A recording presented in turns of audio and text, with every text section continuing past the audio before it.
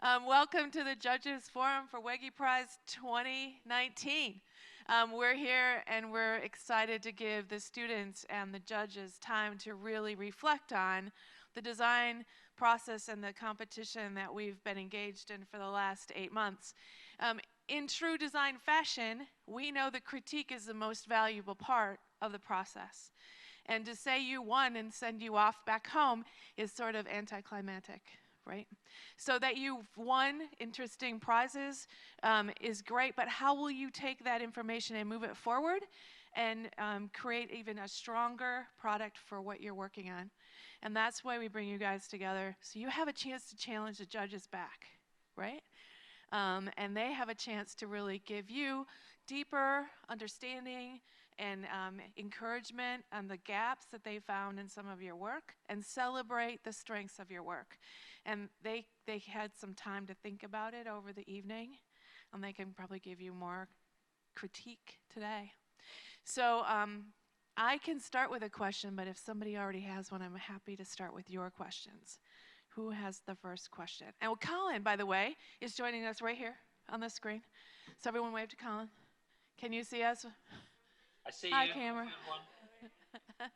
We miss you. Miss you too. Look, I'm wearing my Michigan t-shirt. All right. Okay. It's just rainy and really depressing here today. Oh, I'm glad I missed it all. No, it's 80 degrees and sunny. Sorry. That's really beautiful. Who has the first question? Does anybody want to begin? Really? Okay, Kate. All right, this is kind of a tough one, so sorry to start off with this one. But the biggest question we ran into in a conversation we had with our mentors was the design paradox. Is it even sustainable to design products? Is the most sustainable action to just not design products? Can our systems, our consumerist culture even work with sustainability? Alicia wants that one.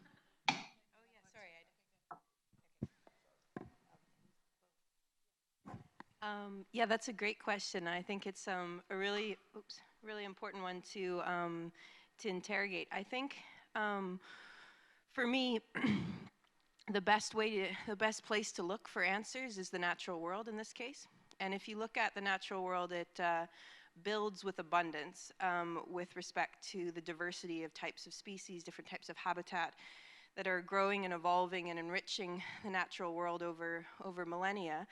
And I like to use a couple of examples of the amount of materials that are actually in flow in the natural world as an example of this. So we all know that plastics right now is an issue, and we've produced about 8 billion tons since 1950 that most are currently here with us. And that seems like a huge amount, and it is. However, if you look at the amount of biomass that's in flow in the biosphere every year, you get to a couple of examples. So one is chitin, which is a building block of crustacean shells. We're about 100 billion tons produced every year in the biosphere of that, right? That goes into insect skeletons, crustaceans, etc. Then you get to hemicellulose, and that's about the same. That's actually the building block of plants. Lignin and hemicellulose are building blocks of plants, and that's about 100 billion, something around that. Then you get to cellulose, which is 50% of all living plants, all living plant matter, and that's 2 trillion tons produced in the biosphere per year. So if you imagine the amount of stuff, that's just like matter that's in flow, is huge. It's orders of magnitude more than we've ever produced in this last century in terms of these problematic materials. So I would just say that life is, and this life includes us, we make things, we produce things, we're creative life forms like other forms on the planet. We're just using a lot of the wrong stuff and don't have the mechanisms for cycling it, whereas other life forms have adapted over billions of years to cycle nutrients in intricate webs of nutrient flows, and we just need to learn from that and be part of it. So that's what I would say, is like I don't see a problem with the way in which humans want to diversify and create, and that's a part of the design process. We should celebrate that, but we should rethink the way in which we're part of these nutrient webs that we need to. That's a nice lead into the work you're doing. Can you share a little bit about your business and the work that you're engaged in, your research? Yeah, so I'm running an organization, it's not for profit, called Materium.org, and what we're doing is trying to unlock knowledge about these material recipes that are nature inspired. So we're looking at bioplastics, biocomposites made from sources of biomass that are abundant all over the world, so chitin, cellulose, polysaccharides from various sources like algae, etc. That, and the other piece of that is that we're looking at mass participation in this. So the idea that today most materials are made by huge companies in very proprietary silos, and you have to be like a chemist or a material scientist to even understand what's going on there, and the trade secrets and the patents, etc. around that. We see that as a barrier to localizing the production of materials, specifically with these set of materials that are all around us, that are inspired by and produced by nature. So we're looking at, we have a materials recipe library where you can go on and see all these open source recipes, and most of them you can actually cook in your home at this stage. We're looking at, more sophisticated ones that will be in labs, etc., but we can all get involved, and you can make plastics that can be used for packaging or bags or what have you, composites that can be made for ceramics or building materials. And so the idea is to unlock knowledge, and it's an open repository in the sense that anyone anywhere can make a material, upload the data, and share, as well as take the materials that are up there and then locally tailor them for feedstock around where they live. You guys are in a very exciting time. Yeah. Go make a difference. I'm going to add on top of that, because I heard two questions in what you asked. One is about, making more stuff, but the other one was about behavior, basically, which is sort of materialism. As far as the first one, we know we're not living a sustainable world with what we got, so we know we need new things. So we have to design new things, new systems, even if we, if you can't easily point to this is a sustainable good, like everything is probably not sustainable right now and may not be for a while, almost everything, 99%. That's not a reason not to do it, because even if it's 10% better than what we are using now, we still have, we need to move in that direction.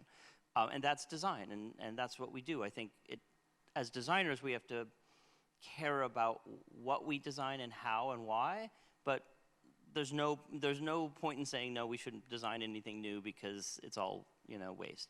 The other question is much harder, and that's where we can't look to nature for answers, because that's about human society. Nature doesn't have social issues, or it certainly doesn't share our social issues. So nature's not going to give us the answer for how do we fix consumerism.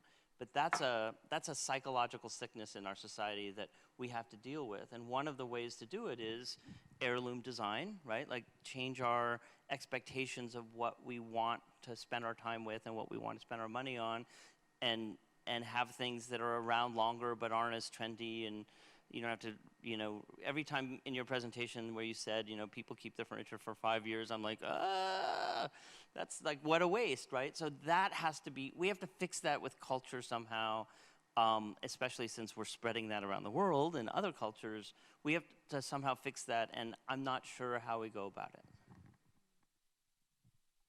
Culture's a big part of any design conversation, right?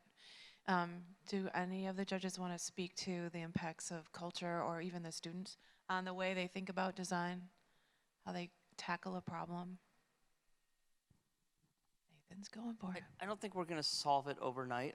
I think we do ourselves a disservice in the design industry by celebrating ephemera, right? So I like Wallpaper magazine like anyone else, and I love seeing new ideas, and I love the sort of sharing of ingenuity and originality, even when it's rehashing past stuff.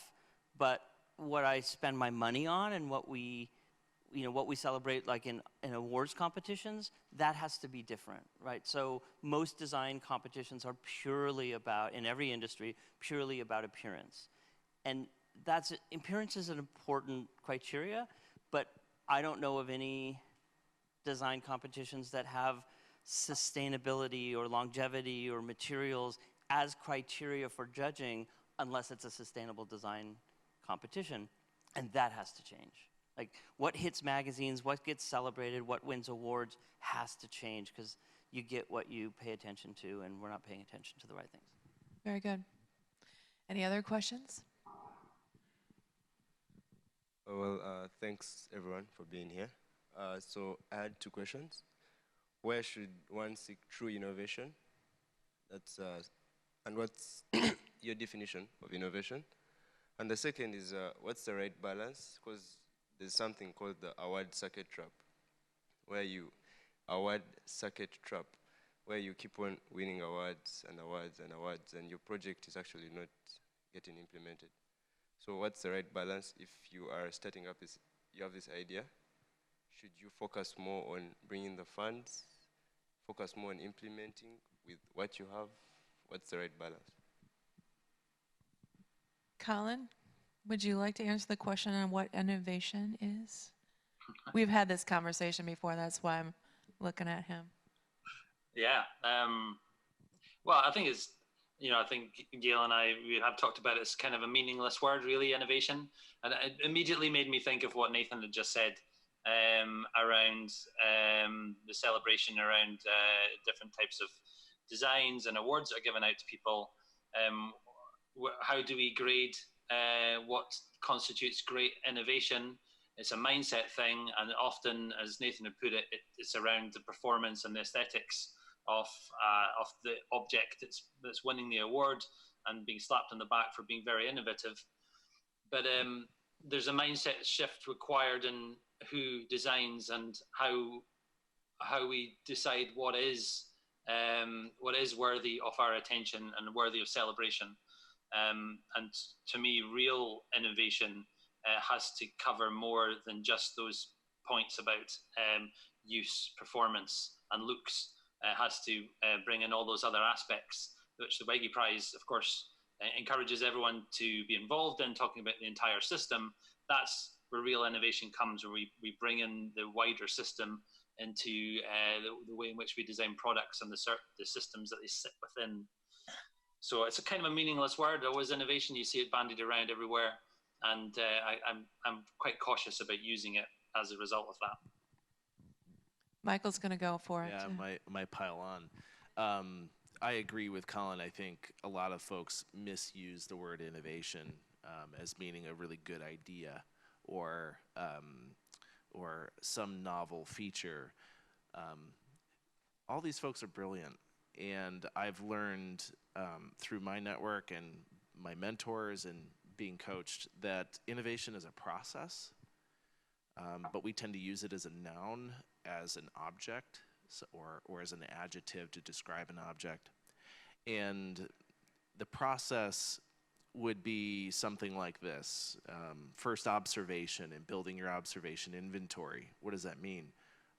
Figure out what's going on out in the world. Open your eyes. Read indiscriminately. Observe trends. Once you start to see what's happening, investigate deeply. What's going on in a particular area? What's happening with plastic waste in the ocean? That's a design problem. What are all the contributors? It's a very complicated problem. A lot of people will jump to a solution and say, we just need to ban plastic. That's not going to work. So observation, investigation deeply. The really important thing is information and data. You have to collect it. Don't shortchange those processes. Incubation, looking at prototyping ideas and solutions, iterating rapidly. You're going to have a range of options. Observation, investigation, incubation. Then solutions. You're going to have a range of solutions. You need to make a decision. That's the next piece. Make a decision. What solution are you going to go with? And then validate. Does it sell? Does it work as intended? If not, go back to incubation.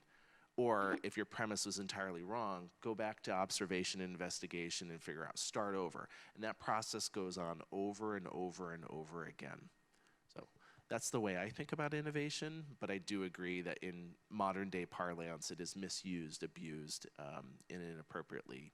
But this is a place where we can reshape that. Absolutely. Reframe that Absolutely. In conversation. fact, that's what Wege Prize is about. It's about training you guys in a process of innovation and change focused around a wicked problem that is highly complicated, interdisciplinary, and you guys are going through this process with us of getting feedback, and what we're saying is you're not observing what's happening out in the world, or your incubation is fantastic, you're prototyping. That's part of incubation. You're prototyping, or we'll say your solution is not informed by these important data points. Or did you validate that the economics work? If it doesn't, you need to go back. So you guys are in the middle of this innovation process. You may not realize it at the time, but when you sort of lay it out as this model, it starts to make sense. Here's several experts in innovation, so please go. Keep going. So yeah, to build on that, and as to your second point of funding versus doing, and how to do the timing of that, I think one of the most important things in doing something truly new, or truly like what you think is actually going to make a change, is finding the right window of opportunity to let it run and let it go.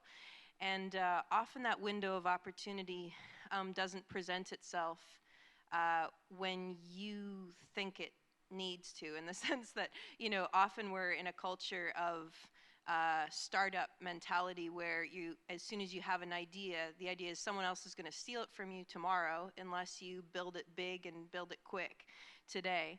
And often that works for things that are need to happen right now, and the window of opportunity is under your feet or moving quickly. And often these kind of challenges we're talking about that are more wicked problems and are more systemic in nature, the windows of opportunity are maybe a little bit far out. We don't quite know when they're coming in terms of when the world's ready to really take that to scale and really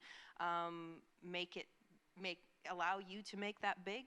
And so in that sense, you just need a hell of a lot of patience, in my opinion, with respect to what change you want to make. And you need to be really clear on the compass that you're following, because often if the timing's not right, you'll be pushed to make your idea different to fit the current circumstances that will enable you to scale at this stage and this point in time. And it may change your idea fundamentally in a way that you wake up 5 years from now and think, this is not what I was meant to do. This is not the change that I meant to make. And so I would suggest that a lot of patience and a lot of paying attention to the heart and soul of your idea is really key. And then what you need to do is just storytell and storytell and storytell and look for alliances and people who get it, and windows of opportunity that allow you to test it and prototype it in small ways, and keep learning, of course, because along with having a compass to guide you, you also need to build on that idea over time, of course, during this process. So I think that for me is what innovation is really about, is timing and following a kind of thread that you're holding on to. Like you have something, and you just have to find out how to do it at the right time.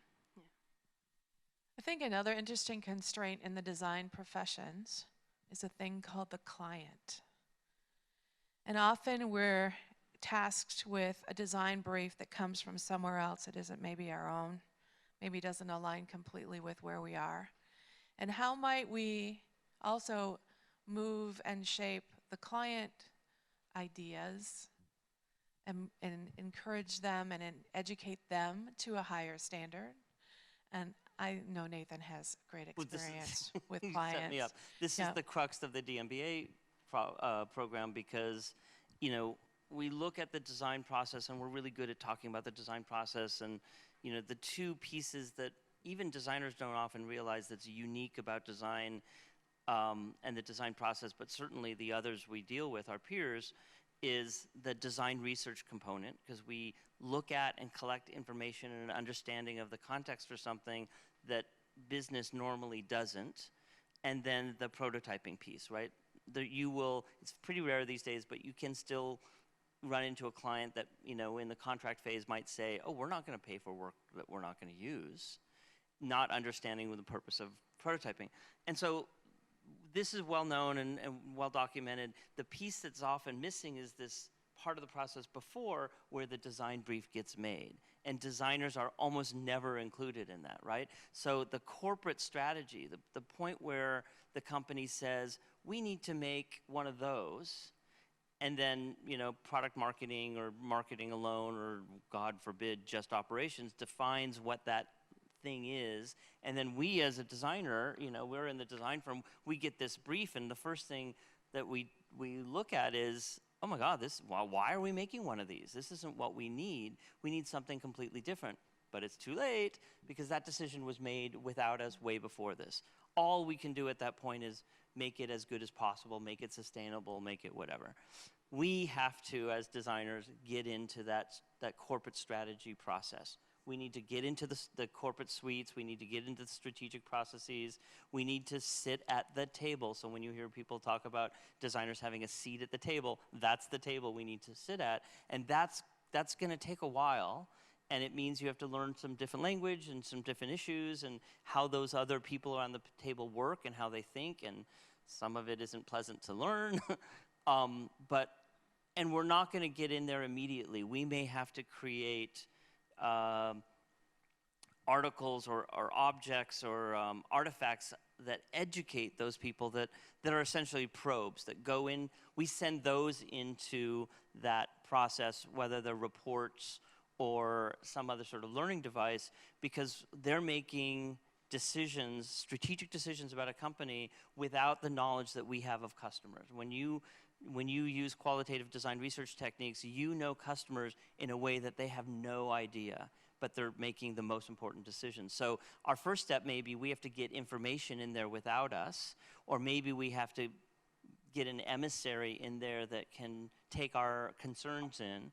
But ultimately, we need to be in there as well. And there's certain companies in the world where that is already the case, that are design-led companies, probably, you know them, Apple, Nike, Google, blah, blah, blah.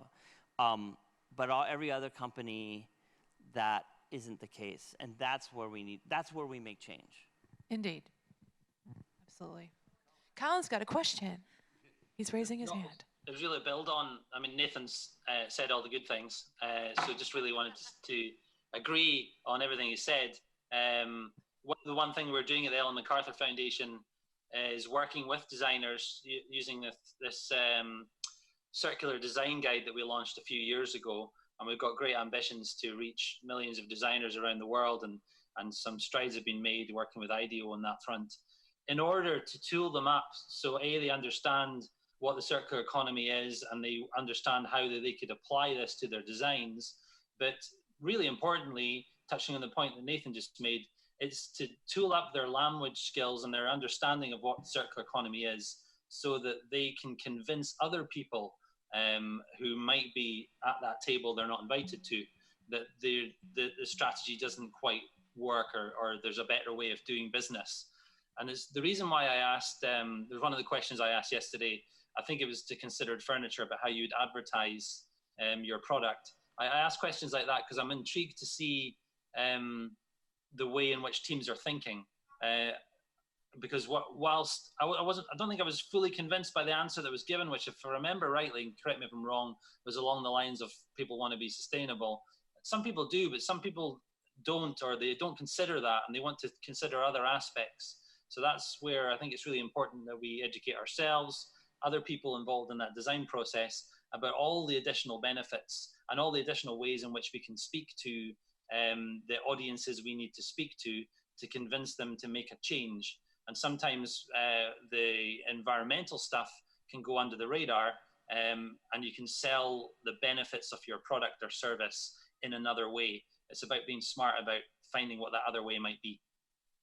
Yeah, I'd like to add to that is I think the best way to do it is to actually sort of create things that are already going to be accepted, that somebody's going to want anyway. regardless of trying to sell it as a piece of the circular economy. That it should work with cultural design ideas, issues, whatever you're trying to sell. That regardless, it should be an added bonus. You're making a great product. This great product is also part of the circular economy. It's all these other issues have already been considered, and you've got a beautiful piece of furniture. You've got a great system for also that's actually came up in the wet technic was talking about the aesthetics of a water filtration system. I thought that was very interesting. It's a water filtration system, but you were keying in on the aesthetics of it. That was going to enable you to propagate this as a viable solution for a wicked problem. And so I think that is kind of key. We can talk about all these other different issues, but I think when it's all distilled down to it, when you create something that fulfills the desires and the wants of the people that are your clients, regardless of it being, but although you are thinking about it as a circular economic, base, that it satisfies all those things on its own. I was delighted in the aesthetic conversation too.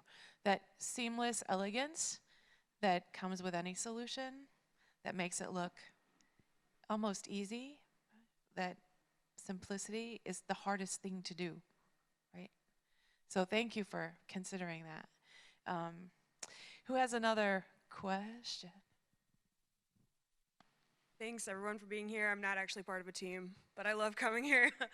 So I've seen the competition for the last 4 years, and it's been really interesting to see how teams are tackling problems that they can see the effects of it right now.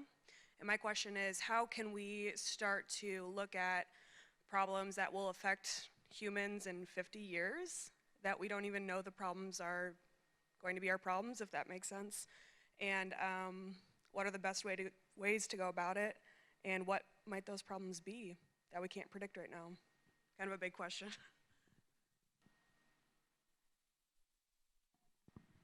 One of my favorite acts of imagination in this sense, because that's what it relates to, I think, is imagining a world where the stuff we make is closer to home.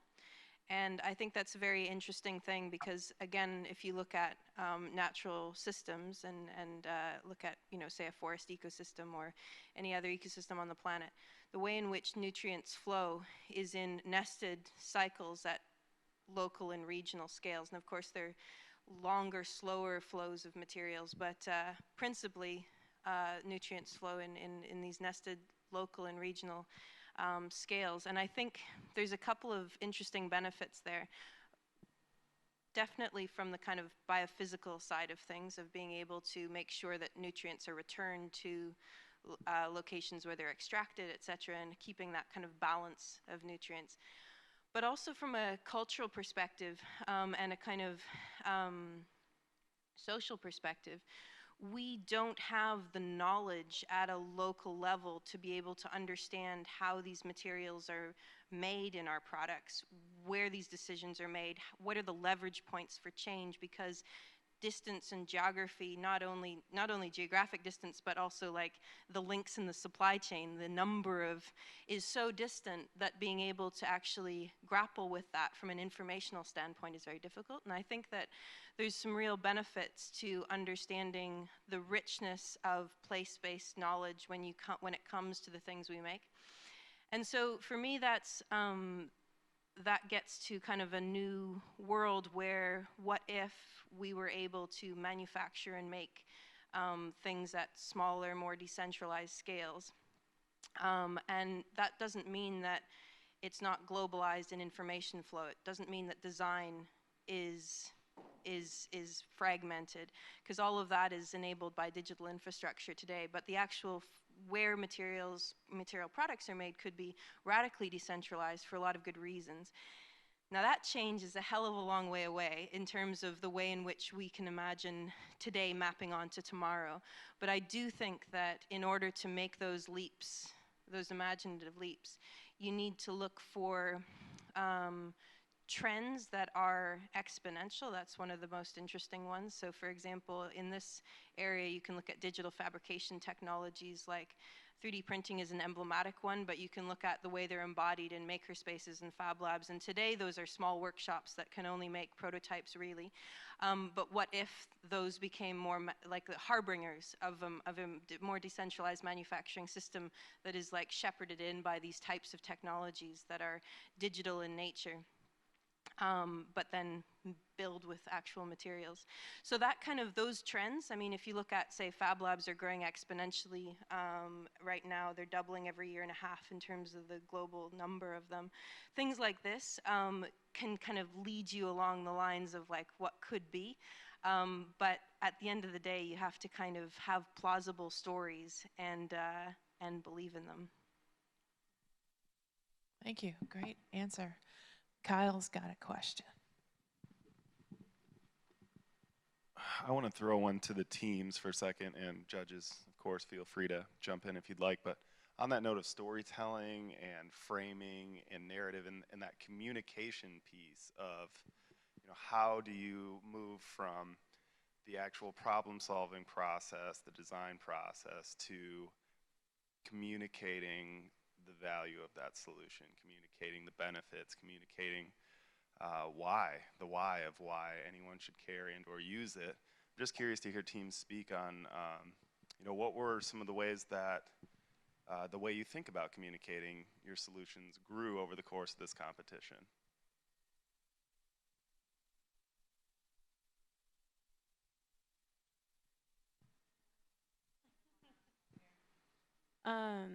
The way that we first went about kind of how we're going to communicate it is thinking about how, when we first started Wege Prize, how we explained it to friends, like versus a quick 5-second, hey, this is like, why are you so stressed right now, Sydney? Well, this is why, and like a really quick synopsis of the project that we're working on versus going a little bit further in depth. And so we had a conversation just about how those stories are being told in a really casual setting, if that makes sense.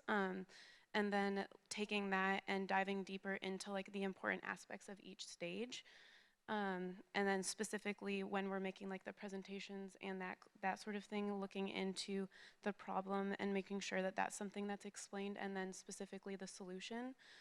As far as explaining like storytelling to customers, it goes along those lines of the educational aspect of it and how we're going to show them. So storytelling kind of fits into our brand with that branding of the life cycle 2 or life cycle 1 into our furniture, because we really wanted our furniture, when we're not there, to tell a story and to encourage that story to be told through like a friend asking a question about why is L2 kind of like integrated into that piece of furniture. And so I don't know, is that kind of what you were going along with? Right. And at first we were really thinking about having a brick and mortar store and how we could implement kind of education or an experience through that, because through our research, one of the biggest, I guess, like retailing trends is those experiences and how much upcoming generations are turning to get that like experience shopping. And we wanted to use that as in, it's like IKEA. When you go to IKEA, the wayfinding is excellent. It's nice, or it's like Aldi.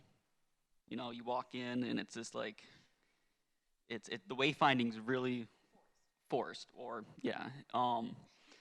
But we wanted to kind of use that to display like our the ways how smaller products fit into bigger products. So we wanted to show the smaller products actually within the bigger products, up on the wall or as a physical display, and to try to teach the consumer about what is happening through the life cycles. And we also designed, like, we had a centerpiece that was all made out of the CNC cut-offs and stuff like that. But yeah, it was just we really looked into that that education and experience through the storefront, but hopefully we can get there. How about you guys? How did you think about your stories? Okay.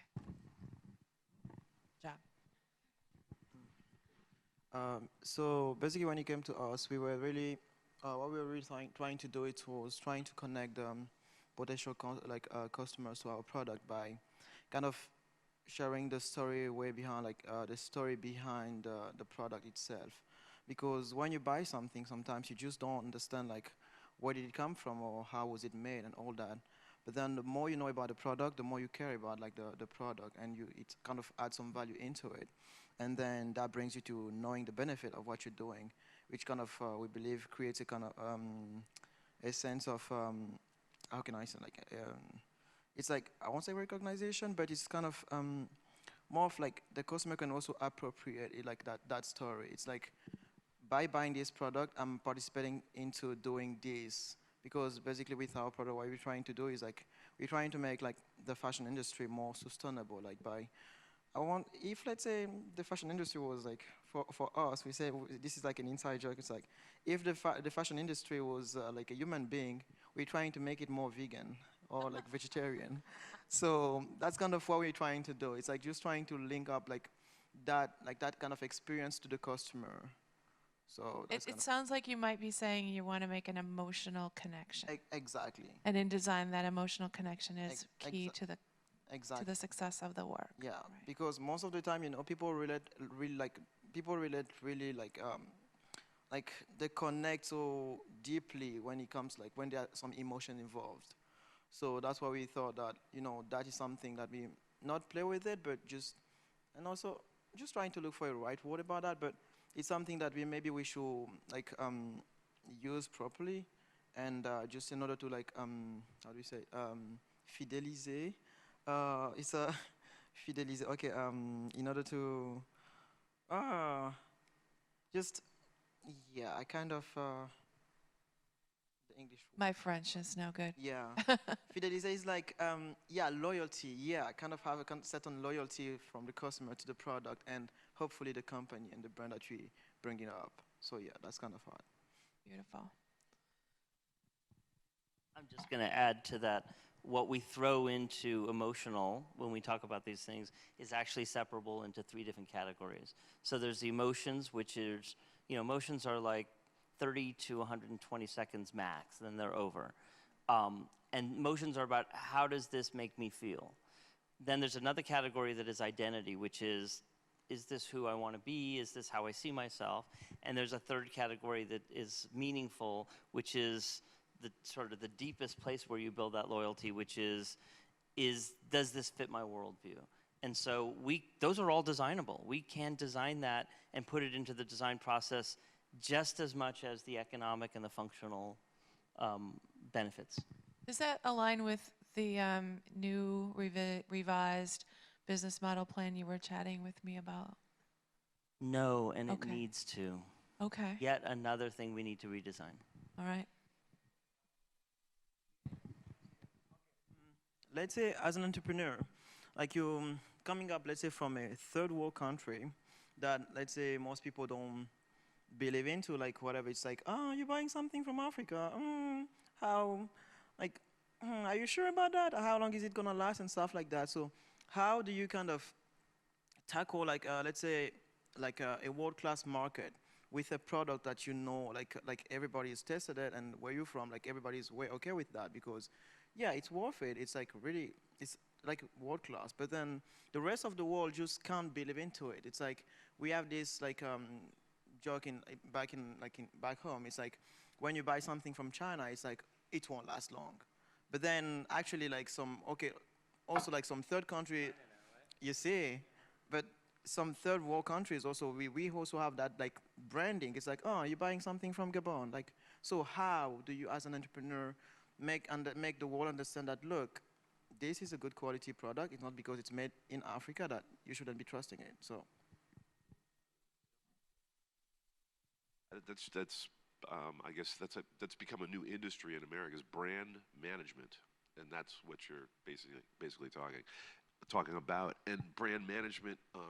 Actually, my wife worked for Levi's in brand management, and created campaigns and advertising and ways of trying to redefine something to make it more palatable, or make it seem like it's it's to create a following. It's to and so it's basically it's a problem that anybody has. China would have it, although we still buy products with China. Like, China is still creating all types of, clothes to to machinery to cars to whatever. And I think it's just basically a brand management sort of issue. To be honest, I think, at least in America, getting some clothing or something from Ghana or Africa. My wife went to Ghana last week, came back with beautiful clothes from Ghana, and everybody loves it. I don't know. It may be maybe it's more perceived from you, that you think that other people are looking at clothing or something from Africa, or it has to be sort of, I guess, researched and sort of and analyzed. Yeah, I was just going to add that I think you need a multi-pronged approach, and there's a lot of ways to do this, because clearly there are a lot of people in the U.S. and in Europe who buy low-quality goods, because that's a lot of what we buy.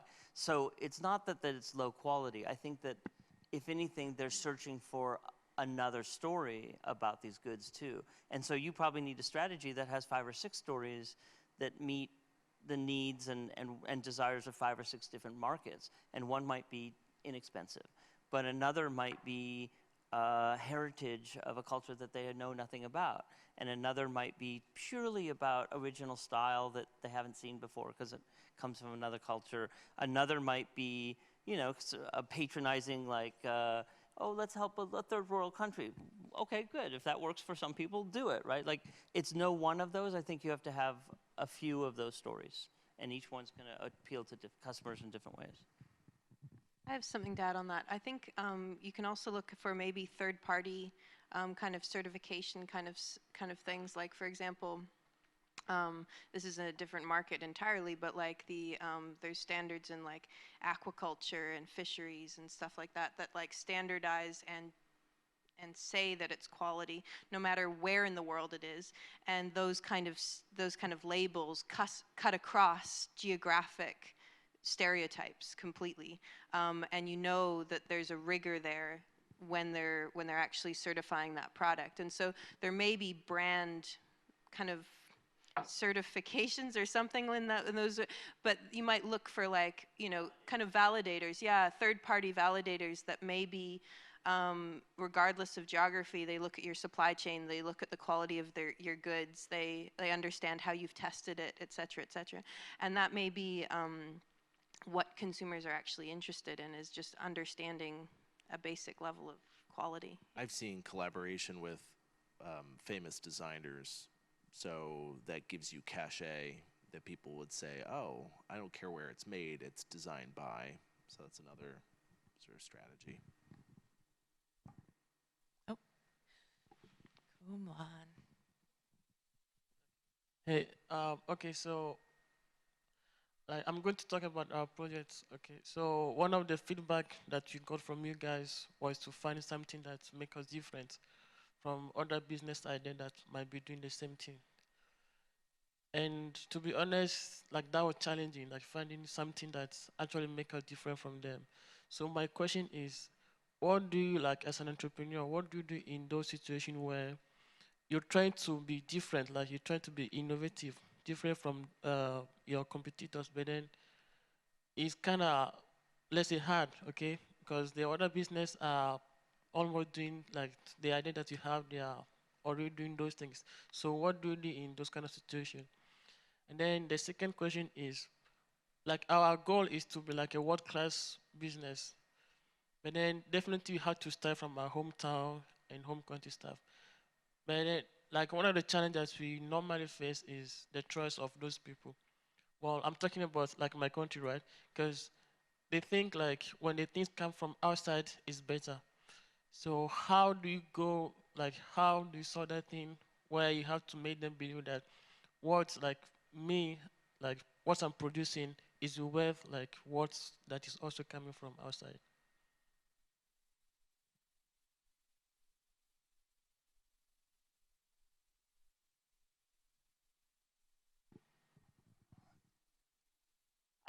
I don't think that there's any one answer to the question that you asked. I think there's a lot of different answers, unfortunately. Nothing easy. And I think it depends on what industry you're in, what customers you're going after, who your stakeholders are, because I think that there are different strategies you would take depending on what it is that you're making, a product or service. Is it digital? Is it not digital?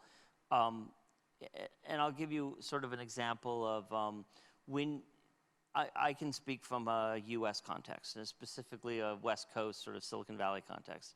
And very often what works, I think, for getting investors is different than what works for getting customers, and you have to play both sides. But if you're getting investors in Silicon Valley, you have to tell a story that they get excited about, and most of those investors get excited about money, even though they say that they care about the other things. It really comes down to money. And so you have to find a way to, I hate to use the word spin, but spin your story in a way that's exciting to them, and then spin it differently in a way that's exciting to your partners or your employees, because you can't pay them a lot in the beginning, or your customers. And it can't be false. All those different spins can't contradict each other, but I think it's absolutely appropriate to highlight different parts of your story for different people. So to investors, you're going to talk about how much money they're going to make, or you have to remind them that the only way they're going to be successful is to do something different, right? Because investors, and this is something that most people don't understand about VCs, they're incredibly conservative. They are not risk takers, and they're in the highest risk-taking, category in the world, right?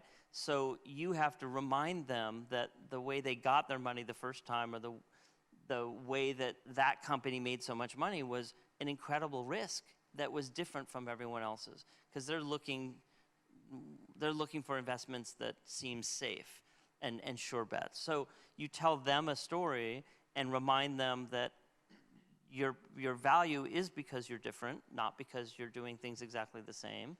And then you may have to go to your customers and say, we're not a risk. We're something that you can count on, even though they're probably bigger risk takers. You just have to be able to figure out what people want and need and give it to them in an authentic way that doesn't contradict who you are and what you want to. The question came up earlier about selling aesthetics, selling a solution on the basis of aesthetics as opposed to sustainability. And the reality is, while everyone will say they care about the planet, when it comes to buying something and spending their money, mostly they don't. There's a little category of people that do. That's okay. Then sell it to them on the basis of sustainability is great. You can sell it on the basis of efficiency. You will save money in the long run if you buy this one rather than that one. And you don't even have to talk about the fact that it's better for the planet. It just happens to be. Or if it's, if it's consumers, you can sell it on the basis of health. This is a healthier thing. For parents and new parents, you can always get away with, in fact, you can validate this maybe, Michael, like the first 18 months of having a kid, from the research I've done, parents will buy organic everything. Organic. And then after about 18 months, it's like, ugh, they can eat what we are eating, right? So there's this period of heightened care, not every parent, but heightened care, that's more sustainable. Like you're not selling it they're not buying it on the basis of it's better for the planet, they're buying it on the basis of it's better for their kid. That's okay, it's still sustainable. So you don't always have to have the sustainable message, you just have to find the message that works at any given time. Pick up on one part of your question, the bit about, how do you create value or assign value on the basis of a country that perceives that better comes from outside. And I feel like that's often the case in Chile, where I live as well. And any foreign goods are perceived as value added just because they come from elsewhere. And that includes, sometimes it includes ideas and stuff like that as well, in terms of where things come from. And I think one of the most interesting tools, and this is something that I'm just experimenting with, so I don't have like, this works sort of thing, but I think it's a very intriguing strategy that's very possible today, is to connect what works in a local place, what actually makes sense from a local market perspective, and connect it to a global or international movement or set of ideas. So I think circular economy is very interesting because it's internationally validated, in the sense that there's a global conversation happening between parts of the world that are very different, but the strategies have to be hyper-localized for it to make sense.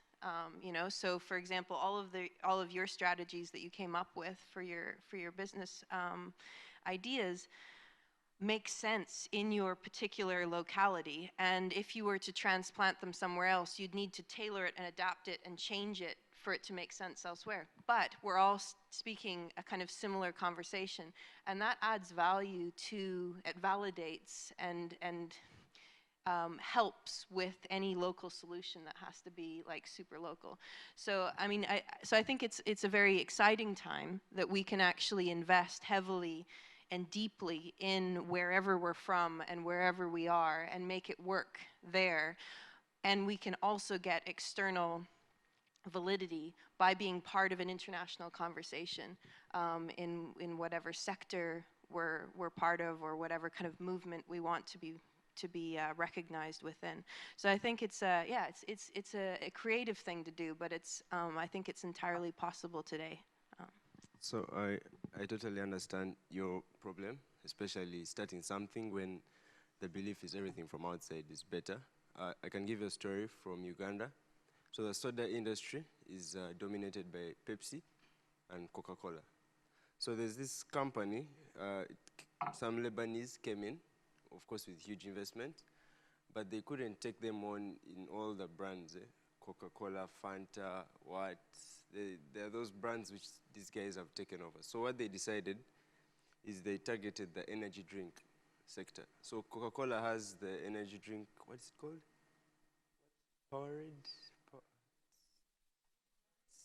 Powerade, something like that. Yeah, so they were doing all their advertising, generally, Coca-Cola, drink Coke, what, everywhere on all the national news. So these guys focused on the energy drink, which was a trade-off. So they went super focused on that, did so much advertising. Now, what happens is energy drinks via consumption, there are more, people take them more in Uganda, driving long distances, huge work implications, so you have to keep awake and active. So from that, they were able to enter that sector. Their drink, it's what's leading right now. Actually, that's what everyone buys.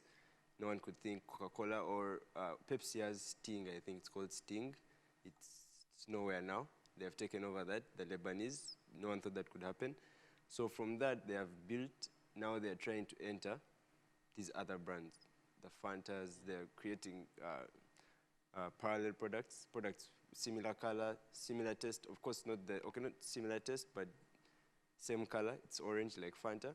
So now people, after knowing them from the energy drink, when they try to expand, now they have the attention of people. They are now considered a brand, and this has taken like 4 years only. So it's, you can make trade-offs, focus in one area, then expand towards the major competition from outside. It seems to me that they took their strategic advantage was they knew Ugandans better than Coke and Pepsi ever will, and so they used that knowledge to build something that was more appropriate.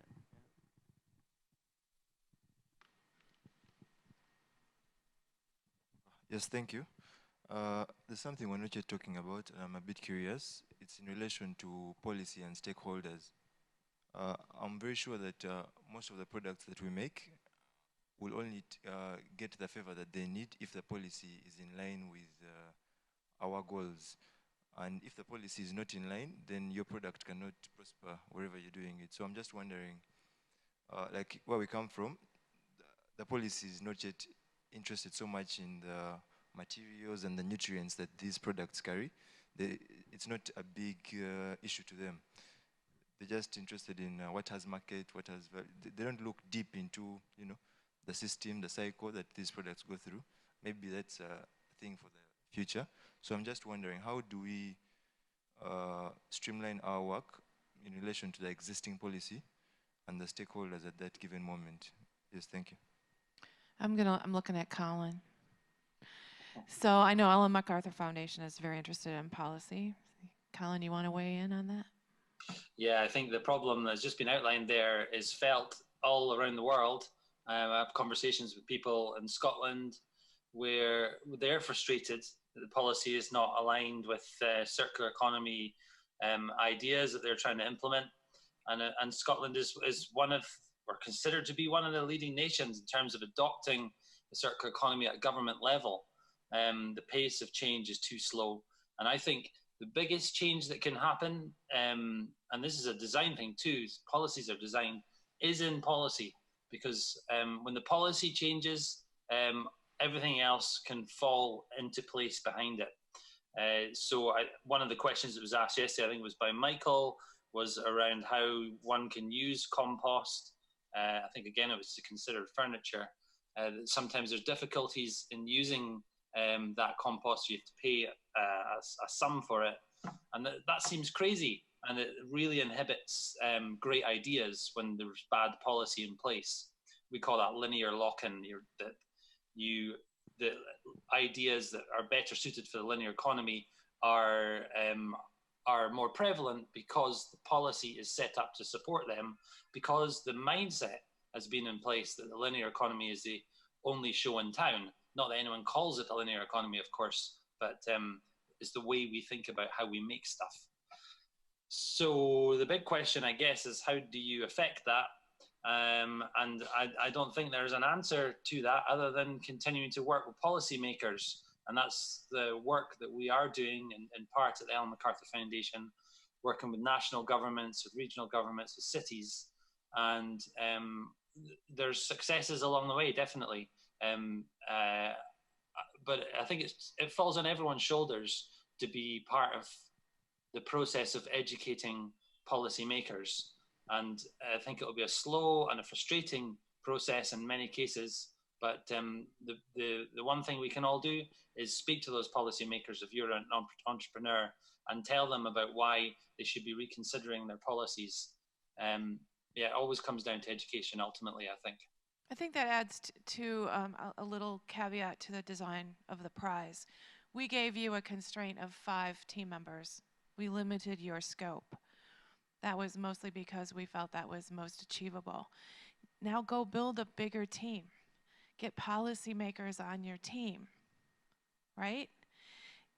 The more diversity in your team, the more you have biomimicry influences, the more you have cultural influences, the more you have public policy influences, philosophy, ethics, the better your product solutions will become. So that constraint is no longer yours. You can go build a bigger team. Permission. Yeah, I just wanted to speak to that a little bit. Like in the construction and architecture industries and then the policies that are in the building departments across the country. If you're trying to use materials that they don't deem worthy to be used, I just recently got through building an exhibition space, and I'm using shipping containers, which has been done all around the planet. But I'm the first in Miami, Florida. So that actually has now opened the door for, there's at least 3 other projects I know of who have come and talked to me and said, thank you for getting this through, because now their projects, they're working with shipping containers now, and they were able, so I kind of broke the barrier by starting that first. And then I'm actually using Chicago brick, which is recycled brick. There's actually a season to go and get this brick, and it's a recycled material. I'm using a whole bunch of different things to try to limit my carbon footprint, and by instituting these practices, I'm sort of leading the way for other people to try and do the same thing. And that is, that's the only power I have at the time. I can't go into the building department and tell them that they need to change their thinking. I'm helping change their thinking by doing the things that I'm doing, thinking about things in a circular economy, thinking about ways to reduce my carbon footprint, and thinking about creative ways to build things where I'm not creating more waste. So, as an example. Yeah, I think we tend to forget that policymakers are people, and they're motivated by everything else that people are motivated by. So you need to tell a story to a policymaker about why a shift in their vision or a shift in their opinion or a shift in their actions will help themselves, help others, help the country. Like whether you motivate them by money or shame or nationalism or something, vote. like I don't care, or what? A vote. A vote, right? Like, or yeah, like you motivate them the same way that you motivate anyone else. Hopefully you're doing it on the legal side and not on the illegal side, but that's why bribery works, is because it's a financial motivation. But if you can motivate them on a deeper level of meaning or identity, then they'll change their outlook, and that'll, improve things. A slightly different take on that question. So I think from a circular economy point of view, in terms of we all are shaping what constitutes the circular economy and the types of strategies that are included in the circular economy, and we're all part of that conversation by virtue of either demonstrating potential solutions, pushing the boundaries on what's included in those solutions, critiquing things that don't work and reshaping it, etc. And I think there's a great open space right now in circular economy thinking and strategy making around the question of governance and the question of governing resources and resource flows. And we are quite one-dimensional right now when it comes to the way in which we think resources should be governed within the circular economy community. And mostly that's just a very classical privatized private ownership model of resources and transaction-based changes of hands, so to speak, in a kind of and the problem is that breaks down when you get to often realms where policymakers are in charge, which is the governance of, say, forests and ocean ecosystems and things like this, which are not they're not easy, they're commons-based often, and they're very difficult to privatize, and they have externalities associated with that approach. And so there's a rich area there which has a lot of experience and policy learning that has built up that I think circular economy needs to engage with. And a good example of this is there's a company called Natura in Brazil who it's written up as a circular economy case study, the EMF does. And what they've done is not only they're making cosmetics from a seed from a particular tree in the Amazon, but they've not just bought it from whoever is selling it on the market. They're actually engaged with communities who are who have kind of a collective ownership model in terms of where they live in the forest, and understanding ways and practices to source that particular seed in a way that undermines other incentives those communities have for cutting down the trees and selling them for other markets. And what's interesting about that is it's actually changing the governance paradigm for how those resources are cared for, which is policy. It's policy making, but it's not labeled as such. And I think that's a very, we need to do more of that creative thinking in the circular economy community, where we're engaging with questions of governance, because private economic the way in which we govern private resources is a model of governance. It is policy. It's just one aspect of the spectrum. And so, yeah, I just think it's a conversation we should all be engaged in, and I think there's a lot of blue sky out there for us to develop these ideas further. In the debating world, there's a strategy that basically says don't accept the premise of the question. And I think that's a lot of, I think we accept the premises of the situation way more than we need to as designers or policymakers or whoever, because a lot of those things aren't as solid as we assume they are. Any innovation is about not accepting the limitations or the premises that all the other companies are working along. So Tesla didn't accept the premises of what a car should be, or what a car could be, or what any given part of the car could be, and that's why they're seen as an innovative company. And I have to be careful that you don't not accept something that's really important, like gravity and physics, and there's some things we are truly limited by at the moment. But I think that policy is one of these examples, is that don't accept the situation and then find a different way.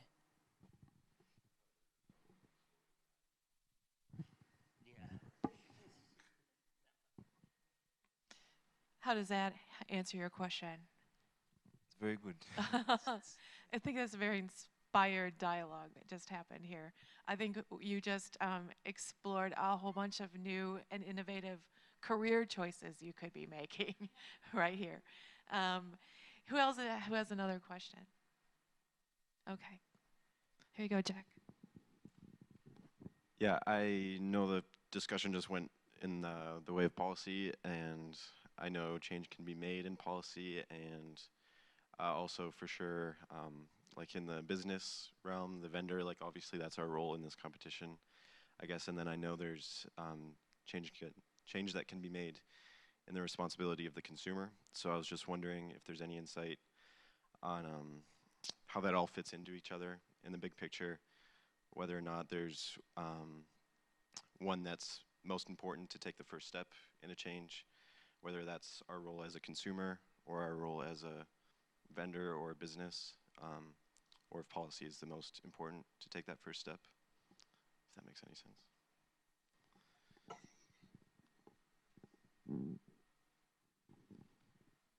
First step for biggest impact? Okay.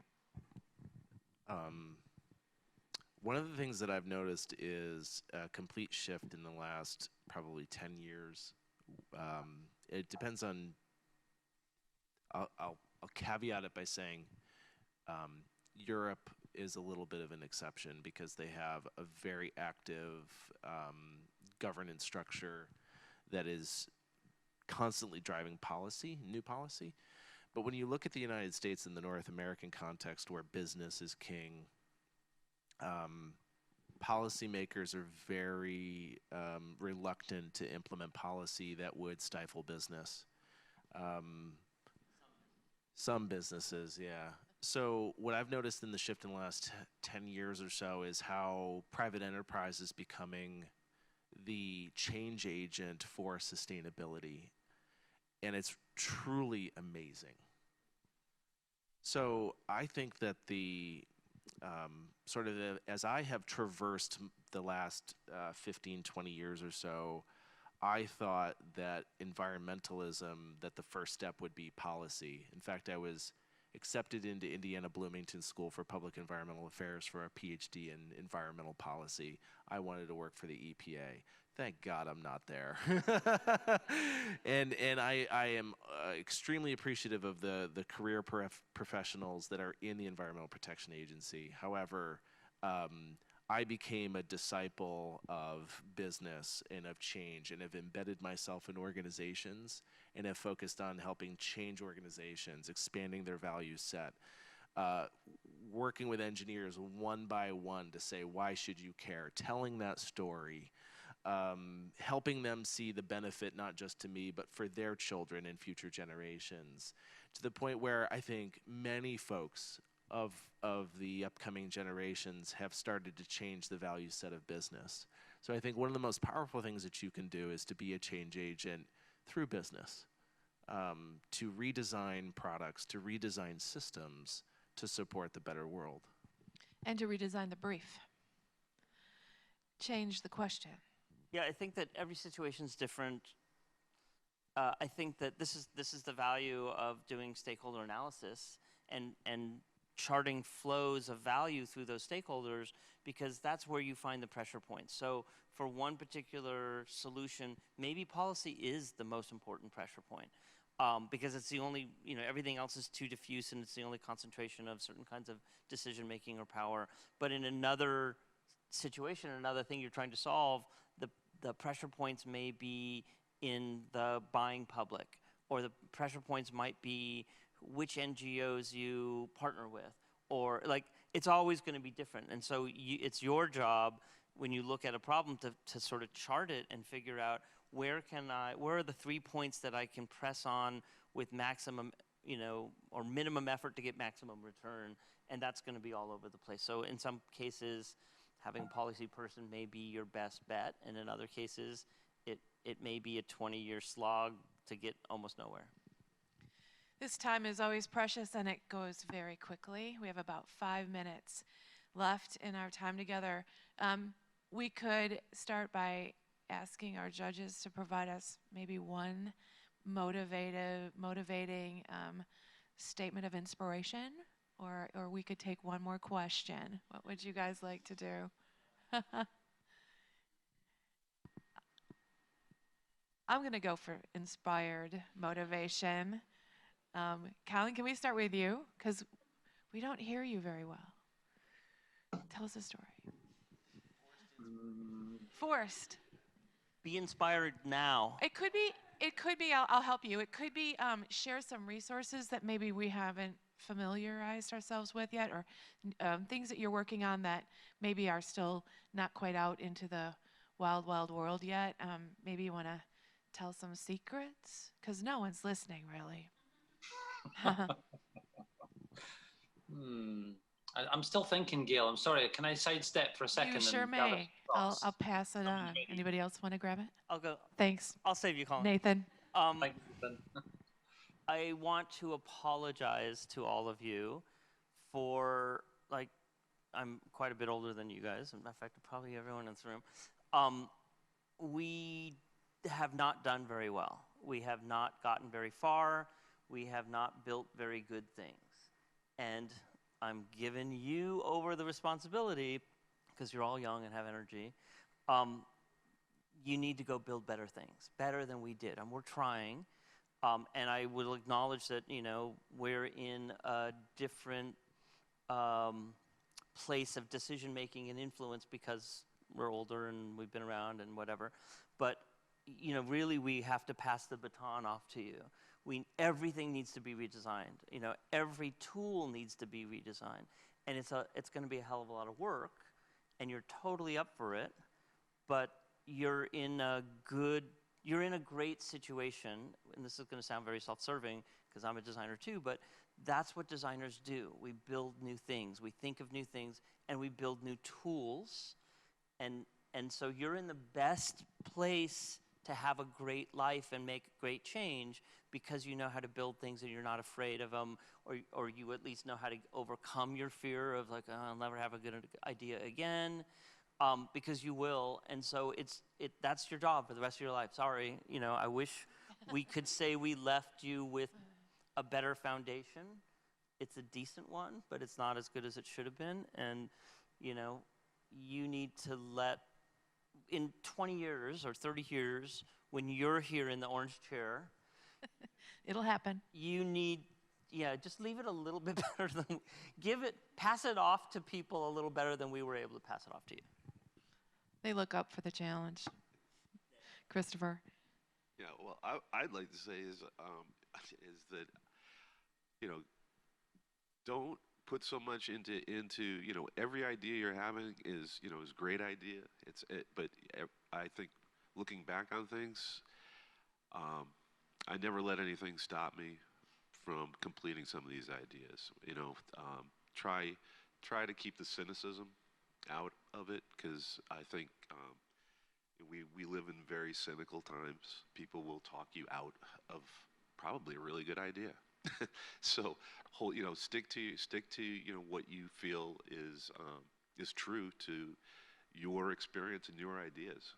And I think it's amazing that you guys are taking on these wicked problems and coming up with these great ideas and really seeing them through. And I think it's just I'm honored to be able to read through your stuff.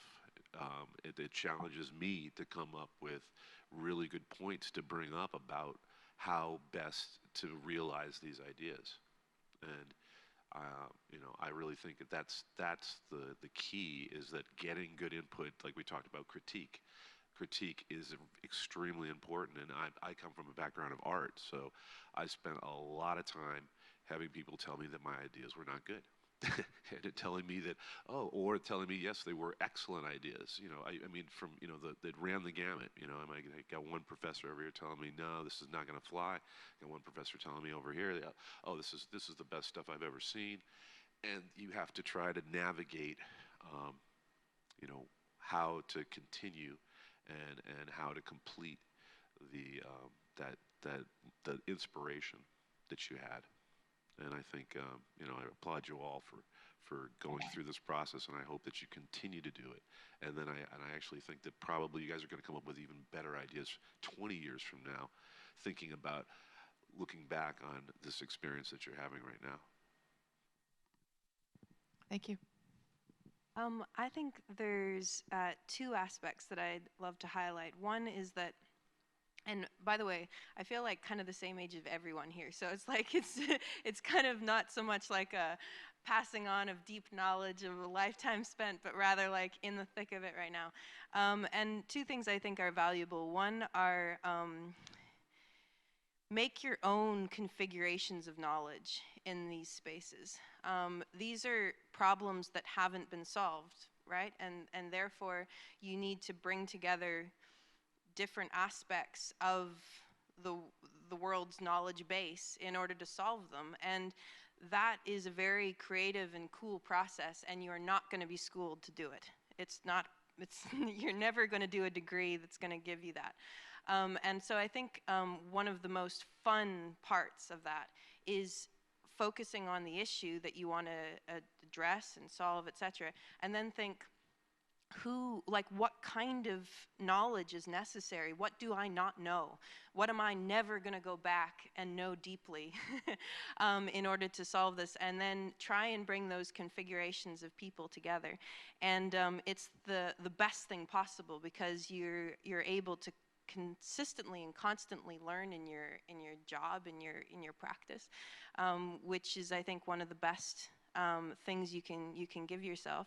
And then the second aspect is, so yeah, the configurations of new knowledge. Like, for example, in Materium, the work that I'm doing now, I'm working with chemists, biologists, data scientists, mechanical engineers, physicists, and I'm a social scientist, like, you know, and it's wonderful, it's exciting, it's super interesting, and you're constantly weaving a web together to figure out, like, what kind of pattern will unlock this challenge. The second is working with people from all different backgrounds, as well as ages and places. And I think that's what this challenge really brings together, is people from diverse backgrounds, which was wonderful, different geographic localities, etc. But also the fact that, you know, bring mentors on your team who are constantly going to, you know, have like 20 years on you, you know, or 30 years on you, as well as work with, you know, I work with a lot of undergrads that do things that I can't do. Like, it's just, and it's great. It's really, really nice to work with teams that are like, have that kind of breadth and depth. So I think that is just fun, and it's really, really entertaining work to do that, but it's also, I think, the way forward. Excellent. Colin's got his hand up. Are you ready? Yeah. Okay, yeah. go.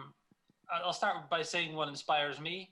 And what inspires me are events like this. And I think particularly what's happening right now, the fact that people have given up their Saturday morning to come and sit in the circle and ask the questions that have been asked, says a lot about everyone in the room. And I find that really inspiring. I find going through the solutions that everyone's put forward, not just the 5 finalists, but everyone up to this point, and everywhere down the 5 or is it 6 years now we've done this. That's been absolutely wonderful to have been a part of all of that.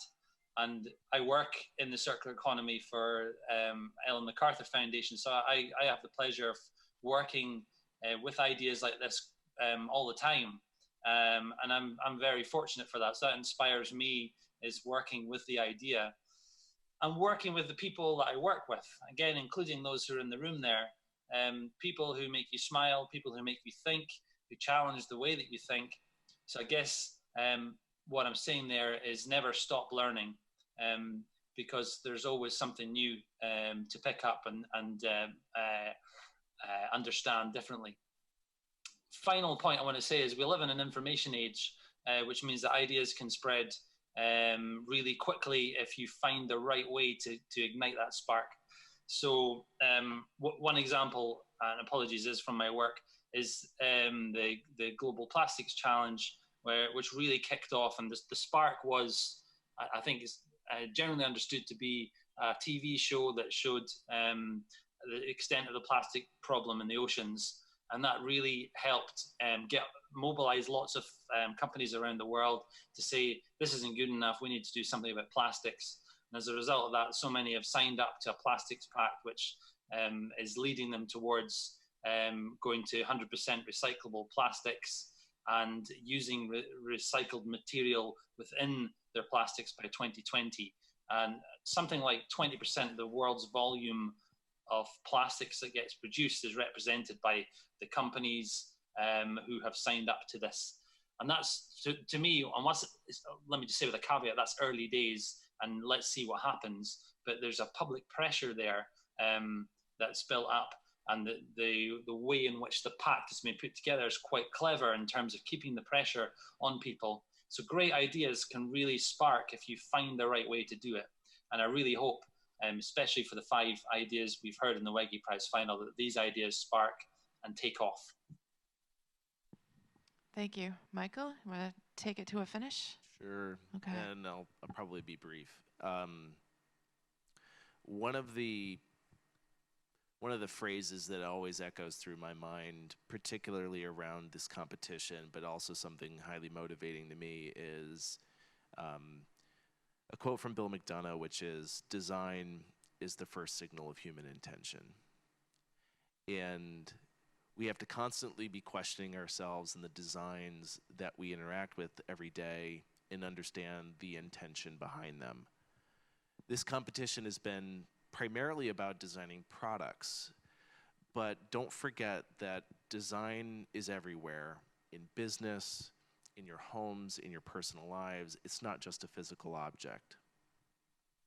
John Elkington, another famous sustainability writer, wrote that in all of his work dealing with businesses and trying to make them more sustainable, it always ended up in business redesign. You as designers are going to go forward. You may not always be designing products. You may not always be designing services. Think about how your skills can be applied to redesigning business, redesigning community, redesigning government, redesigning culture. That's also the additional power that you bring.